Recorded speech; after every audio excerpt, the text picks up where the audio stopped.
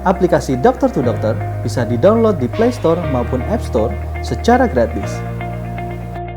Kemudian install aplikasinya. Registrasi cepat bisa dilakukan melalui akun Facebook dan Google Mail.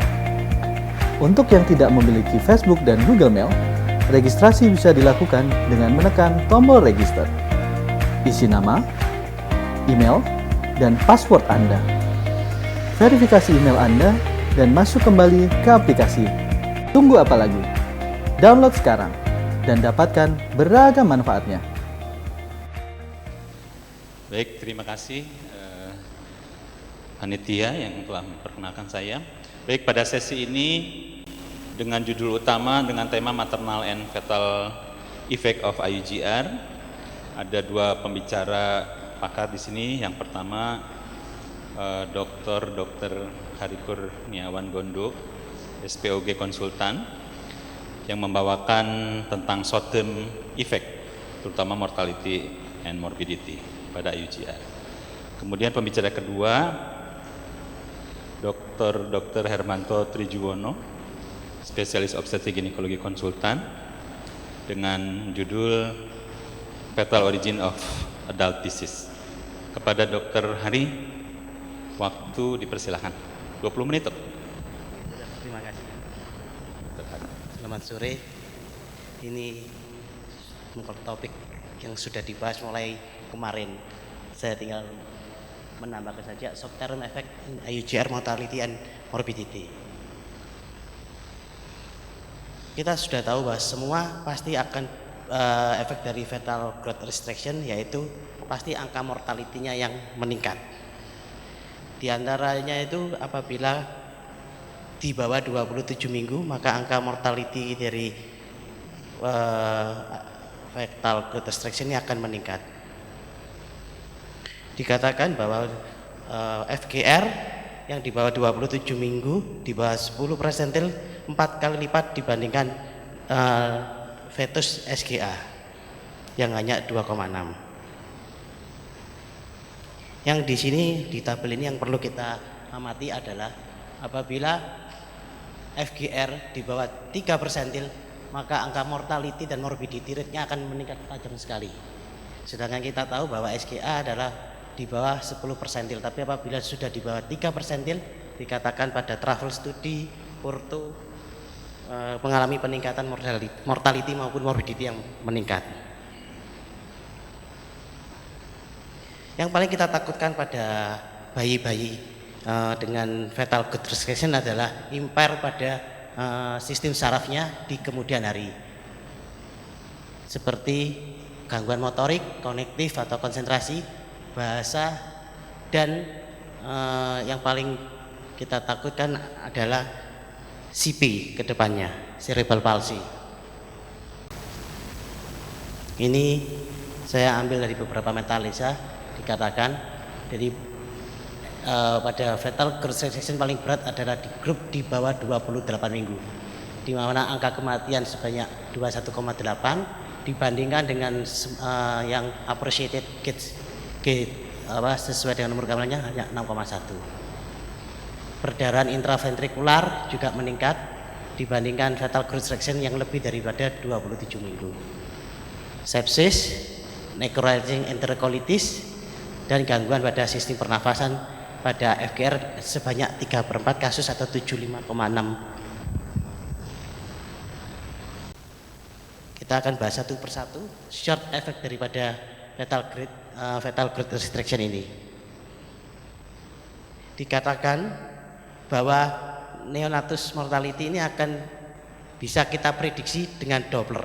Apabila Dopplernya ini mengalami yang disampaikan sama Prof. Solis tadi, absen atau reverse daripada arteri umbilical, itu dapat diprediksi meningkatkan mortality daripada fetal growth restriction.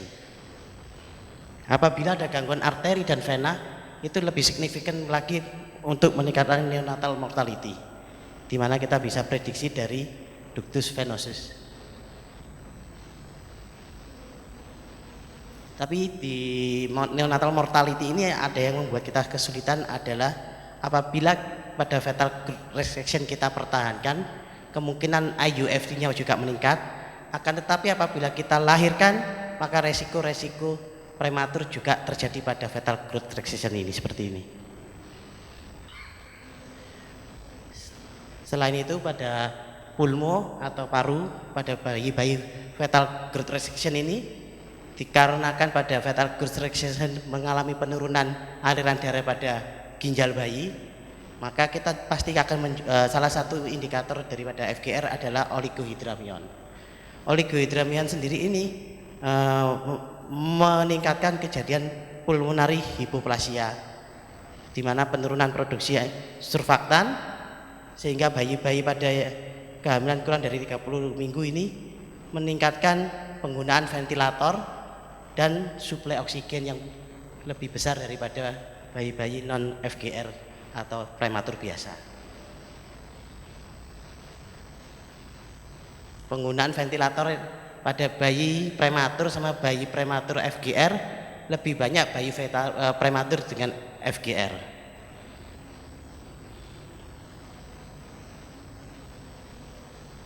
Sedangkan pada gastrointestinal kita ketahui bahwa bayi-bayi dengan fetal growth restriction biasanya mengalami gangguan pada triad, yaitu disebabkan karena hipoksia pada sistem gastrointestinalnya yang berupa infeksi dan gangguan asupan oral. Ini dikarenakan penurunan dari aliran darah ke sistem gastrointestinal sehingga mengakibatkan gerakan usus bayi yang menurun. Dari gerakan usus bayi yang menurun ini menimbulkan muntah, distensi, dan itu bisa menyebabkan arah sepsis. Ini biasanya terjadi pada 2 hari pertama. Apabila bayi-bayi FGR mengalami ini bisa melalui 2 hari pertama, maka NEC ini biasanya bisa kita tanggulangi. Ini juga dikatakan pada travel study, infan yang di bawah 29 minggu mempunyai gangguan yang lebih berat daripada FGR yang di atas 29 minggu. Setelah itu kita ketahui selain ke paru, pulmo, juga ke sistem saraf pusat. Pada short impact daripada FGR biasanya mengalami central hipotesis asfiksia. Ini dampaknya akan ke long term impact, di mana kita tahu bahwa asidosis yang lama, yang irreversible menyebabkan kerusakan pada neuron yang permanen pada otak bayi. Sedangkan pada gangguan kardiovaskuler didapatkan karena gangguan oksigen pada otot-otot daripada janin yang baru lahir, sehingga seakan-akan terjadi infark miokard dini pada otot-otot jantung bayi, yang dimana biasanya dijumpai hipotensi. Karena hipotensi maka ada gangguan impairment daripada miokard dysfunction dari jantung janin yang baru lahir, sehingga terjadi gangguan hemodinamik.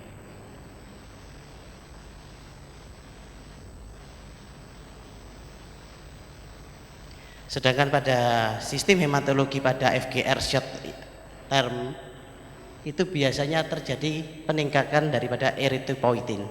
Peningkatan erythropoietin ini dipicu karena keadaan asfiksia pada bayi-bayi yang FGR. Karena pembentukan erythropoietin yang berlebihan, maka hemoglobinnya juga mengalami polisitemia, sehingga hematokrit pada bayi-bayi FGR biasanya 70% pada janin-janin yang normal.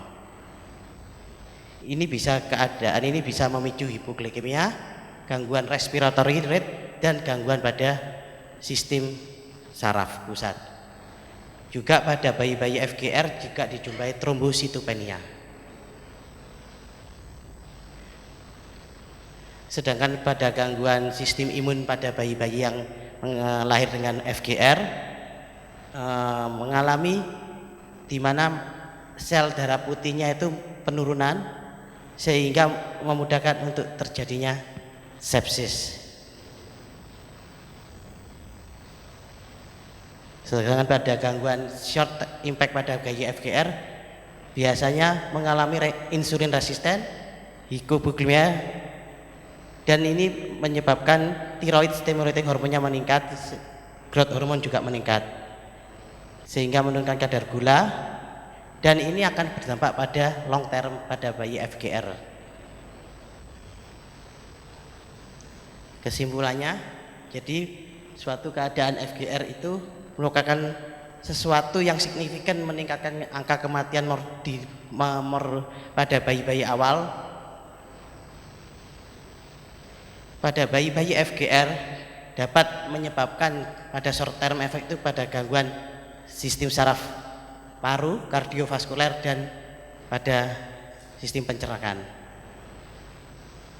Pada bayi-bayi dengan FGR sebaiknya dideteksi awal untuk menghindari impact pada neurodevelopment outcome kelaknya.